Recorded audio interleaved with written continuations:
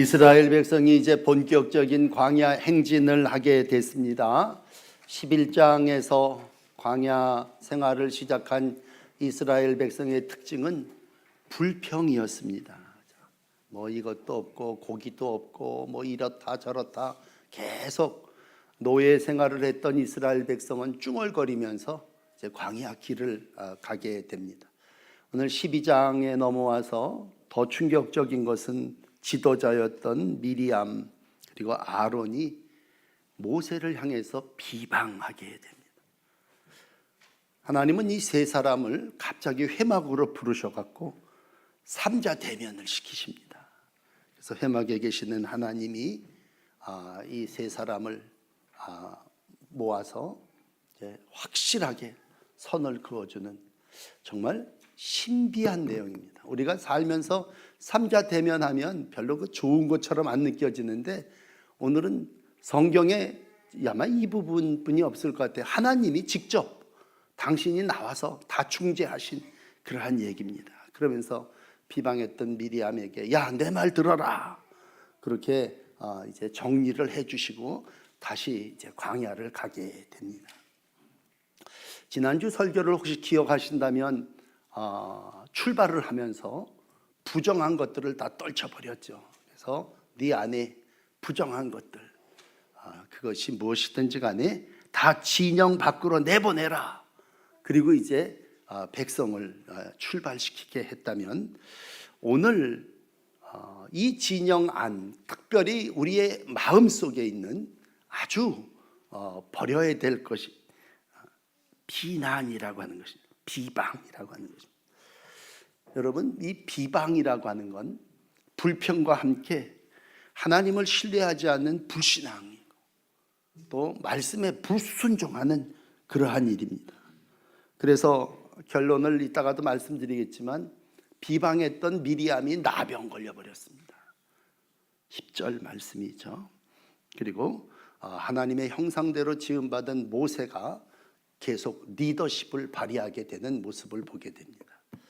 우리가 평생 이 땅에서의 삶을 살아나가면서 아마 삶의 가치를 자기에게 둔 분들은 자기의 영광을 드러내는 걸 목적으로 삼을 겁니다.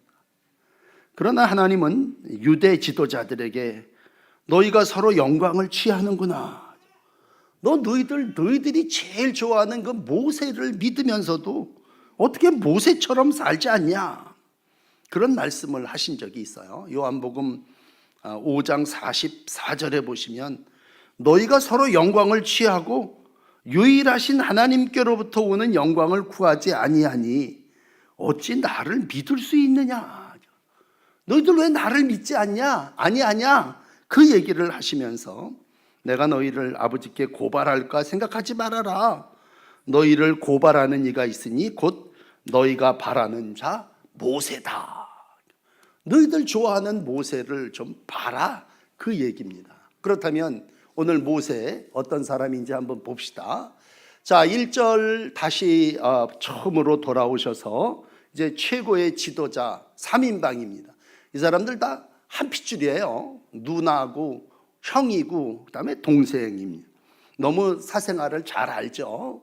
그러니까 뜬금없이 갑자기 미리암이 옛날 구스 여자와 결혼한 얘기를 비방으로 들고 나갑니다. 여러분 아시는 대로 미리암 누구예요? 모세의 누나, 개인적으로는 누이지만 정말 물에서 건져낼 때부터 일익을 감당했고 홍해 건널 때 앞장서서 여선지도자로 아주 그냥 쏘고 치면서 제일 찬양을 이끌었던 인물이 미리암이라고 하는. 중요한 건 그랬던 미리암이 모세를 비방한다고 하는 얘기입니다. 야, 사람은 다 비방하고 비난해도 난 미리암은 안 그럴 줄 알았어. 근데 여러분 사람은 다 그렇습니다. 아마 미리암 마음 가운데, 이건 제 생각이에요. 미리암 마음 가운데 늘 저거 모세를 보면서 그럴 거예요. 저거 내가 업어 키운 동생인데 저게 왜 나보다도 더 지도력을 발휘하지? 그런 마음입니다. 그러면서 오늘 원뜻을 두 가지 설명드릴 텐데, 비방이라고 하는 말의 원뜻은요, 내가 잘못된 질서를 바로 잡아보겠다, 그런 뜻이에요. 그러니까 우리가 누구를 비방한다 그러는 거는 내가 바로 잡아보겠습니다, 그런 얘기예요. 그러니까 사실 1절에서 겉으로 모세가 구스 여자를 취하였음에 비방했다, 이거는 사실 핑계고 구실이에요. 이건 옛날에 있었던 일이고 전에 뭐 재혼을 했든 어떻든 모르겠습니다만 이방 여인과 결혼한 구실로 오늘 미리암이 갖고 있는 건 왜 하나님이 모세를 쓰는 것처럼 나를 쓰지 않느냐라고 하는, 모세가 하나님의 지도력을 발휘하는 것에 대한 시기, 그게 사람의 속마음이에요. 여러분, 단순히 시기했다면 하나님이 미리암에게 나병이라고 하는 죄의 벌을 내렸겠어요? 그래서 제가 확신하는 건 나병이 걸렸다는 얘기는 그건 영적 무등병에 걸렸다는 얘기예요. 그건 그 미리암의 마음에 하나님이 아시는 영적인 교만함이 들어왔다는 얘기예요. 그 얘기가 오늘 2절입니다. 여러분 2절 읽어드릴게요. 여호와께서 모세와만 말씀하셨느냐? 우리와도 말씀하지 아니하셨느냐? 이게 솔직한 미리암의 속마음이에요. 야, 하나님이 모세하고만 말씀했어? 우리하고 말씀하지 않았어? 이 얘기입니다. 이게 한 뱃속에서 나온 형제 자매들에게 가지고 있는 그런 마음, 심리입니다. 여러분, 우리가 다 형 동생하고 누이 뭐 이러고 살지만 누가 잘 나갈 때 시기하고 분노합니다. 하나님 분명히 문제의 핵심 그 마음을 꿰뚫어 보셨겠죠. 그리고 오늘 그 일에 대한 처방을 내리신 게 오늘 읽으신 본문의 내용이, 오후까지 이제 읽겠습니다만, 처음으로 더 거슬러 올라가면요, 사람이 살인을 저지르게 됩니다. 창세기 4장이죠. 가인과 아벨이 이제 살인을, 최초의 살인 사건입니다. 그 4장에 이런 말씀이 있어요. 가인이 심히 분하여 안색이 변하니 들에 가서 동생 아벨을 쳐서 죽여버립니다. 아니, 어떻게 형 동생 사이에 살인이 일어나?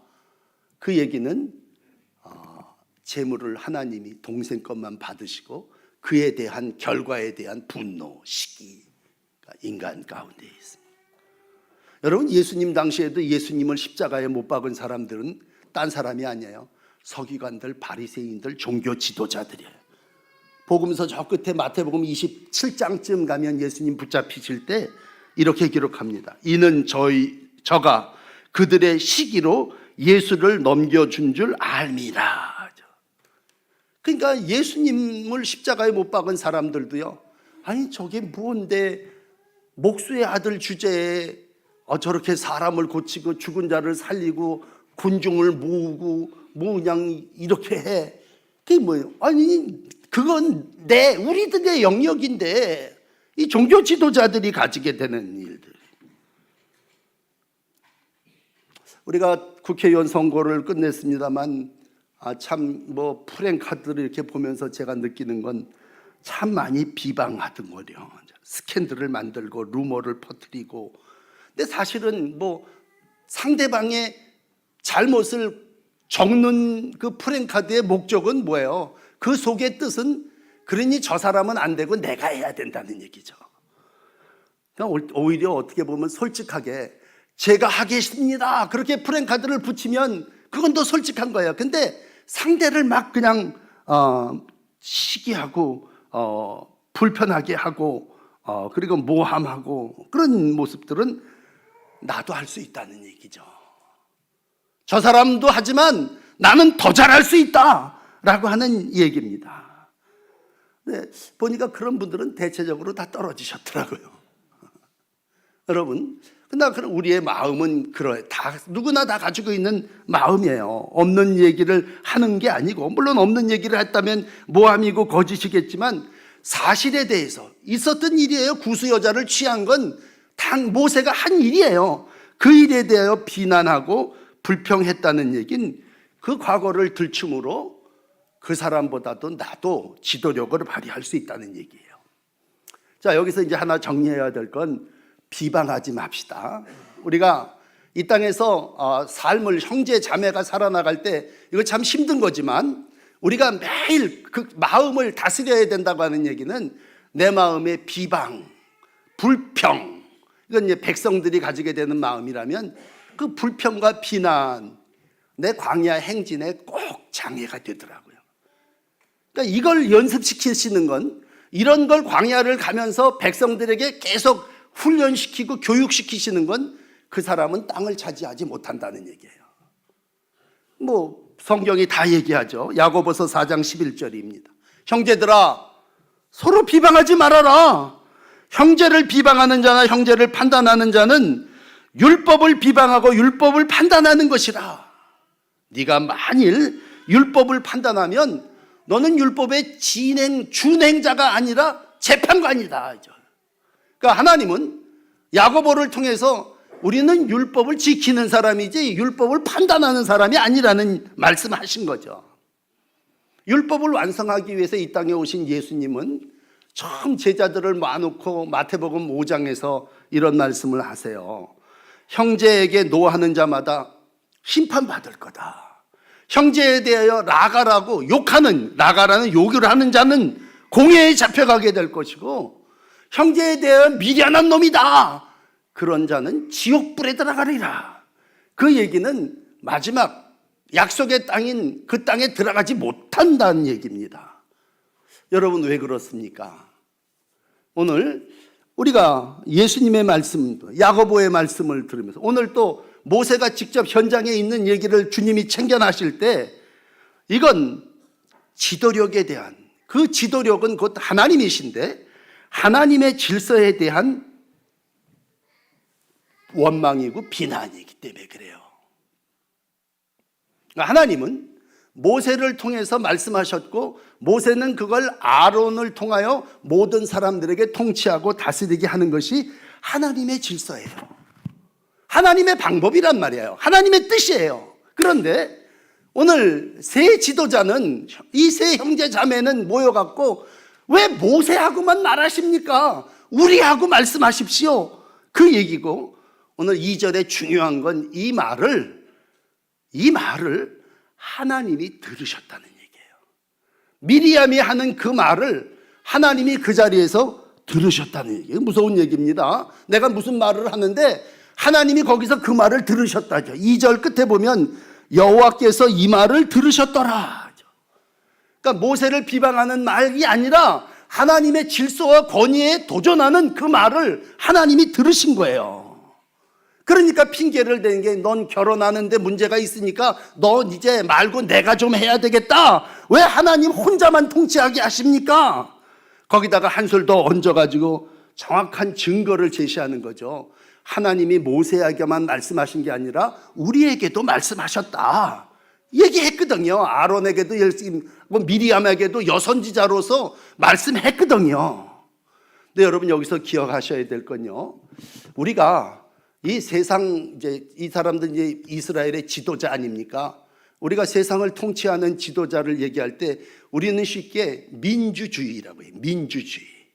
그런 의미에서 보면 미리암이라고 하는 여선지자는요, 아주 최초의 민주주의를 이루고자 하는 사람이에요. 함께 통치하자. 우리가 주인이 돼서 왜 모세에게만 하나님 말씀하십니까? 우리 세대에게 얘기하셔서 우리 셋이 이루어내자. 그런데 여러분 평생 신앙생활 하시면서 이거를 정리하셔야 되는데, 하나님의 나라는 민주주의가 아니에요. 하나님의 나라는 민이 통치하는 게 아니라 하나님이 통치하시는 거예요. 그러니까 하나님의 나라를 얘기할 때는 하나님은 하나님이 통치하시는 나라에 하나님의 질서와 계획대로, 모세 너에게 얘기하면 그 다음에 모세야 네가 그걸 아론에게 얘기하고 이렇게 사람들을 세우셔서 일해라. 이게 하나님의 방법이에요. 근데 사람들은 그걸 독재라고 그래요. 그러니까 한자 하지 말고 셋이 합시다. 여러분, 제가 여러분을 사랑하기 때문에 말씀드리는 거예요. 교회에서 민이 주가 돼서 민주주의 합시다. 그러면 미리암처럼 나병 걸려요. 여러분을 겁박하기 위한 말씀이 아니라, 왜 교회가 모세만 리더십을 독점합니까? 미리암도 갖고 아론도 갖고 이 사람도 세워서 이렇게 공평하게 해야 되는 거 아닙니까? 그러나 여러분, 하나님의 나라는 하나님이 편한 말로 얘기합시다. 맹그신 나라예요. 하나님이 만든 나라예요. 없던 세상을 하나님이 창조하시고, 그리고 하나님이 모세를 세우시고 예수님을 세우시고 세례 요한을 세우시고 이렇게 하나님의 나라를 이루어 통치하시는 거예요. 그러니까 이 사실을 안 사도 바울은요, 가장 민주주의가 좀 잘 됐던 로마 교인들에게 이런 얘기를 하셨어요. 로마서 12장 2절입니다. 너희는 이 세대를 본받지 말아라. 이 민이 통치하는 이 세상, 이 로마 나라, 이 나라를 본받지 말고 오직 마음을 새롭게 함으로 변화를 받아 하나님의 선하시고 기뻐하시고 온전하신 뜻이 무엇인지 분별하도록 하라. 그러므로 여러분을 축복합니다. 여러분, 하나님의 선하시고 기뻐하시고 온전한 뜻이 무엇인지를 분별하세요. 미리암은요, 분별을 못하고 나도 할 수 있다고 생각했어요. 그래서 오늘 비방이라는, 그리고 구수 여자를 취했다고 하는 구실을 들어가지고 나도 하나님의 질서에 한번 도전해 보겠다고 하는 그런 우를 범한 겁니다. 자, 두 번째, 오늘 이러한 비방에 대한 모세의 대응은 어떠했는가? 여러분, 이거 참 중요해요. 그렇게 비방에 됐는데 그 비방에 대해서 그러면 모세가 어떻게 대했냐 하죠. 누나, 그게 아니고 이거 좀 들어봐봐. 그리고 미리암에게 설명을 한 게 아니에요. 오늘 참 깜짝 놀란 얘기는 3절에 이러한 비방하는 미리암을 향해서 기록하고 있는 모세를 이렇게 얘기합니다. 이 사람 모세는 온유함이 지면의 모든 사람보다 더하다. 그러니까 하나님이 모세 손을 들어주셨는데 이 사람 모세는 이 모든 지면에 있는 여러 200만이라 그럽시다. 그 모든 사람보다 온유함이 승하다. 옛날 성경이 저는 더 익숙한데 온유함이 더하더라가 아니라 승하다. 그리고 모세 손을 들어주셨어요. 우리가 저 같아도 그래요. 사람의 생각은 그렇습니다. 사람이 나를 비난하고 오해하고 없든 모함하면 어떻게 해요? 너무 과하면 맞고서 하죠. 그러나 그것까지 안 되면 찾아가서 내가 합리적으로 논리적으로 설명을 합니다. 이건 이거고 이렇게. 그런데 뜬금없이 오늘 모세의 온유함이 지면의 모든 사람보다 더하다고 기록하고 있고, 전 그래서 오늘 설교 제목을 하나님의 형상이라고 정했어요. 왜?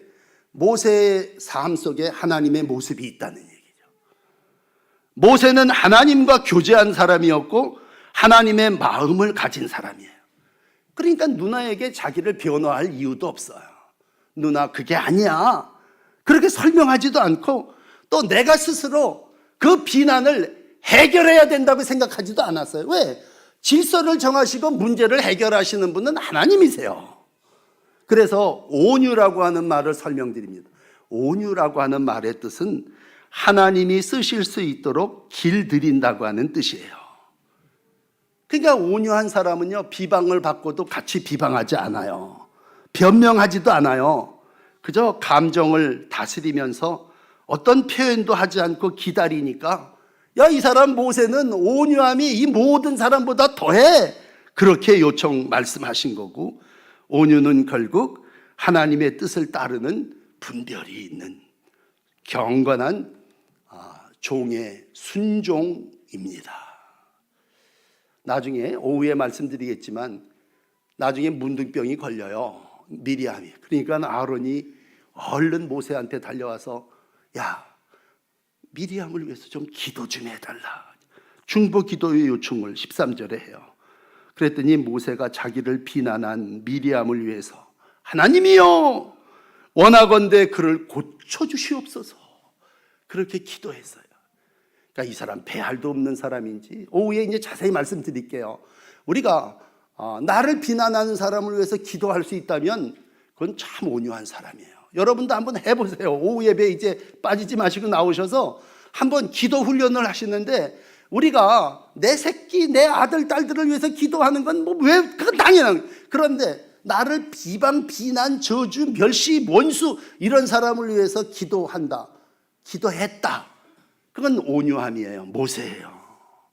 근데 여기서 여러분 이제 참 4절의 말씀을 꼭 드려야 되는 건, 이 사건이 이제 이렇게 일어나고 모세가 온유하니까 답답하고 안타까우신 건 하나님이세요. 모세가 분명히 자기가 해결하면 될 일을 가만히 있으니까 하나님이 나서세요. 그리고 모세 편에서 말씀하세요. 야, 갑자기 4절이에요. 갑자기 모세와 아론과 미리암에게 이르실 때 너희 세 사람 이리 나와. 그래서 회막에서 나오게 하셔서 구름 기둥의 딱 배경을 가지시고 이 두 사람에게 적절하게 모세에 대한 말씀을 하시고 있어요. 그 얘기가 이제 오늘 본문이에요. 뭐 내용은 이렇습니다. 앞에 11장에서 이제 지도력을 이루어가기 위해서 70인의 장로를 세우시잖아요. 그리고 그 장로들에게 하나님이 영을 부어주세요. 우리 얘기하는 성령이 임해서 예언을 하게 돼요. 그리고 오늘 하나님이 미리암과 아론에게는 이렇게 얘기를 해요. 야, 너희들에게는 조금 다르게 내가 너희들에게 꿈으로 얘기했고 환상으로 말해줬지 않냐. 그러니까 꿈으로 말씀하고 환상으로 얘기해 주셨어요. 그런데 오늘 8절에 가서 그러나 내 사람 모세에는 내가 꿈으로 얘기하고 환상으로 얘기한 게 아니라 직접 얘기했다는 얘기예요. 대면해 갖고 얼굴을 이렇게 보고 하나님의 형상이 그대로 나타나도록 대면하여 명백하게 얘기한다. 은밀하게 뭐 이렇게 얘기한 게 아니라 하나님의 형상을 보고 늘, 그러면서 미리암을 향해서 손을 아마 들으셨을 거예요. 야, 어찌하여 내 종 모세를 비방하기를 두려워하지 아니하냐. 이게 오늘 이제 본문 끝이에요. 여러분 보십시다. 꿈으로 보고 환상으로 본 사람이 있어요. 그런데 직접 만나본 사람이 있어요. 그러면 하나님은 오늘 난 너한텐 꿈으로 얘기하고 환상으로 얘기했지만 내 종 모세에게는 내가 직접 말로 얘기했다. 누가 얘기한 거냐. 옛날 여러분 어르신들이니까 말이에요. 옛날 서울 가본 적도 없는 사람이 서울 사람한테 거품을 울면서 서울 얘기를 해요. 서울 사람이 웃을 거야 속으로. 야, 나 거기 살아. 그러니까 여러분 미리암은 그냥 환상으로 꿈으로 본 걸 얘기하지만 하나님은 모세하고는 직접 얘기하신 거예요. 그리고 오늘 그를 충실한 종이라고 말씀하셨어요. 이건 하나님의 영적 질서예요. 어떤 사람에게는 예언을 하게 하시고 어떤 사람에게는 환상을 보여주시고 어떤 사람에게는 직접 계시로 대면하여 말씀하신다면 나는 모세에게는 이렇게 얘기했다는 거예요. 이게 모세가 지가 다 얘기하지 않으니까 하나님이 모세는 온유한 사람이라고 얘기하면서 오늘 그 모세를 변호해 주신 이 삼자 대면의 모습이에요. 여러분, 다시 온유함이라고 하는 말로 돌아와서 그러면 예수님이 땅을 차지하는 자에 대한 복음 산상수훈의 제자들에게 하신 말씀이 있다면, 야, 누가 땅을 차지할까? 시기 질투해서 뺏은 사람이 땅 차지할까? 여러분 마태복음 5장 5절은 온유한 자는 복이 있나니 그들이 이 땅을 기업으로 받을 것이니라. 쉽게 얘기합시다. 누가 천국 갑니까? 여러분 시기한 사람 천국 가지 않고 온유한 사람이 천국 갑니다.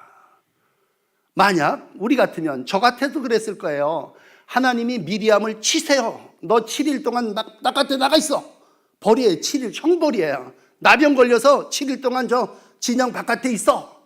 그랬다면 아마 모세가 우리 같은 사람이 그 쌤통이다.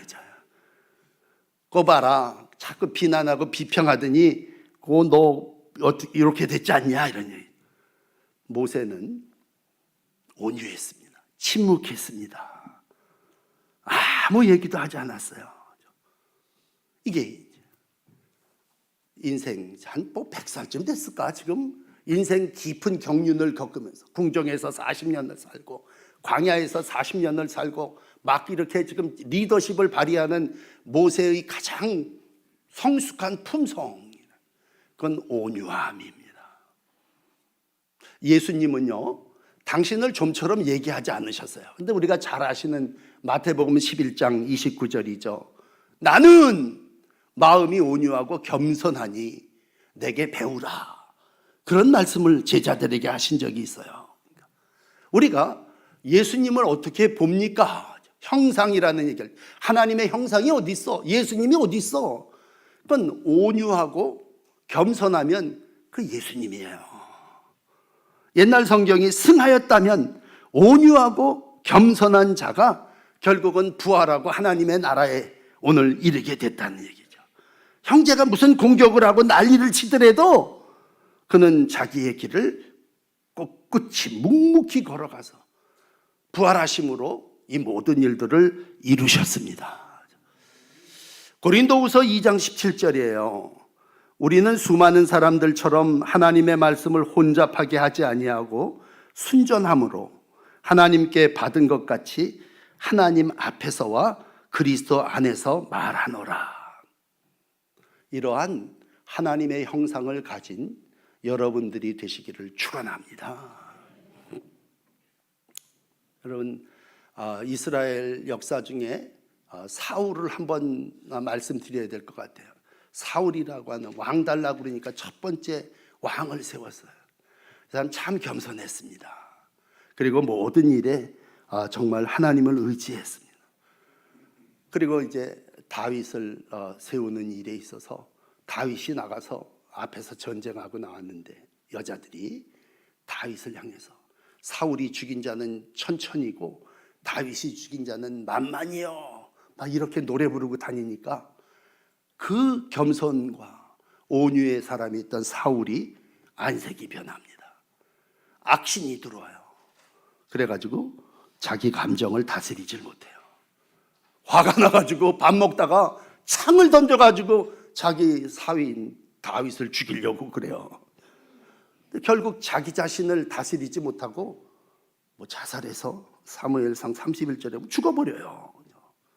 이 온유함이라고 하는 건 처음이 아니에요. 마지막 우리의 모습이 어떤 품성을 갖느냐라고 할 때 우리가 미디암을 얘기한다면 분노하는 마음을 가졌어요. 시기하는 마음. 근데 다윗을 얘기한다면 온유한 마음을 더했어요. 그러면 하나님이 누구 손 들어주셨느냐?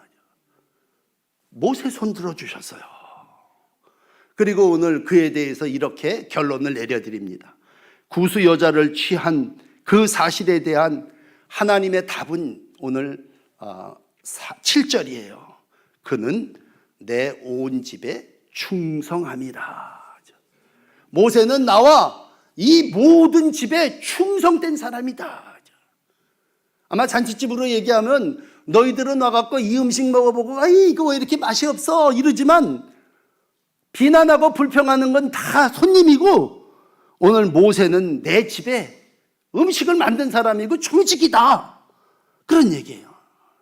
너 왜 와서 네가 뭐 불평하고 원망하고 왜 그러느냐? 충성된 종이고 내 친구다. 그 얘기는 모세는 하나님의 형상을 가진 사람이라는, 나 같은 사람이다. 내 친구야. 이건 나다. 이런 얘기예요. 여러분, 마지막 때 결론을 내려드릴게요. 우리 마지막 때에 우리를 이제 민수기로 얘기하면 군사로 부르신 거 아닙니까? 그럼 우리가 마지막에 어떻게 해야 되겠어요? 충성해야죠. 근데 요즘 세상이 어떤 세상입니까? 개인주의 세상이에요.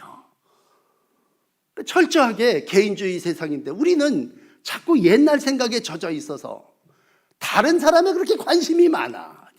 뭐 모세는 어떠니, 모세의 리더십이 어떻고, 모세 옛날에 뭐 이렇게 사생활이 이런데 저런지 많이 제가 오늘 이제 느끼는 건 그래요. 여러분, 다른 사람에 대해서 너무 평가하지 마세요.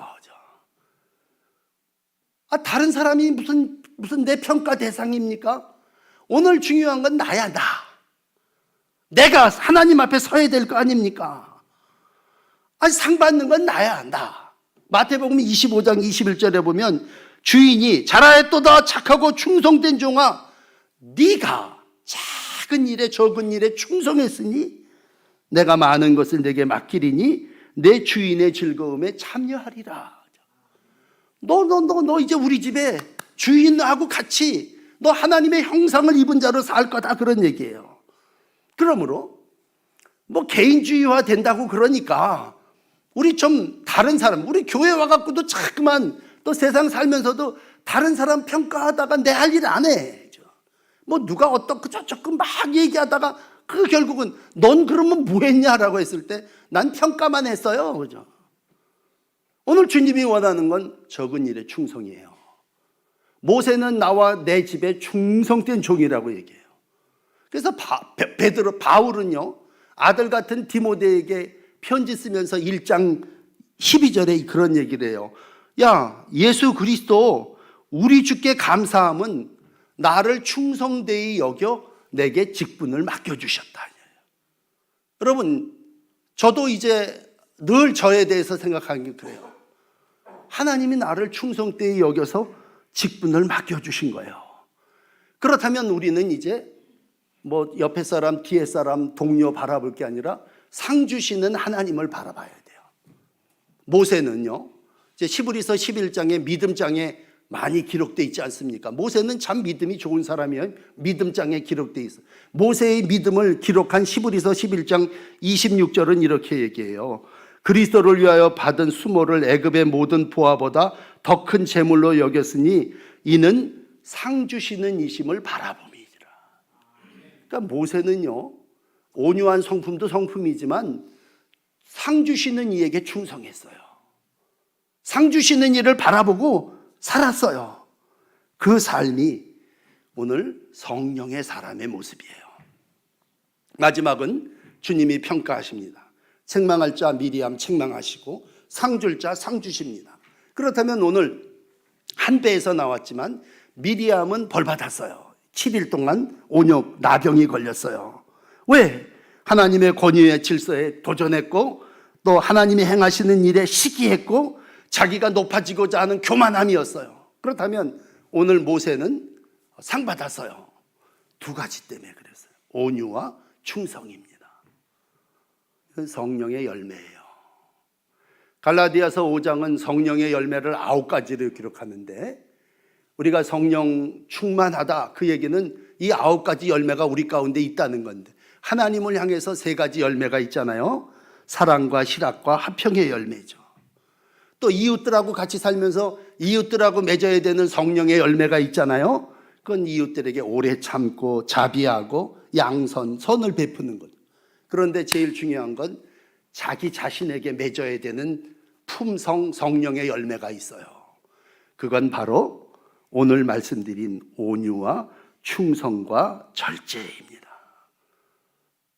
사랑하는 성도 여러분, 온유와 충성과 절제의 삶을 살아나가시기를 축복합니다.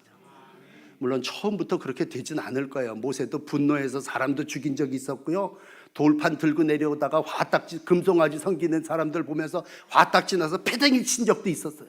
그렇지만 그건 우리 지난 얘기야. 그럼 오늘 이제 우리가 성숙한 교회가 50년 됐다, 내가 예수를 50년 믿었다, 그 얘기는 결국 온유해졌고 충성한 종으로 나를 절제하며 살아나가고 있다고 하는 겁니다. 우리보다 먼저 살았던 솔로몬은 우리에게 지혜를 이렇게 주십니다. 자기 감정을 다스리는 자가 성을 빼앗는 자보다 낫다. 하나님의 군사로 부름받은 사랑하는 성도 여러분이요, 성을 뺏는 게 군사가 아니라 어떻게 보면 이 시대에 마음을 다스리는 게 군사입니다. 하나님의 마음, 하나님의 형상은 온유와 충성입니다. 오늘 그러한 하나님의 형상이 여러분 가운데 있으시기를 축복합니다. 기도합시다.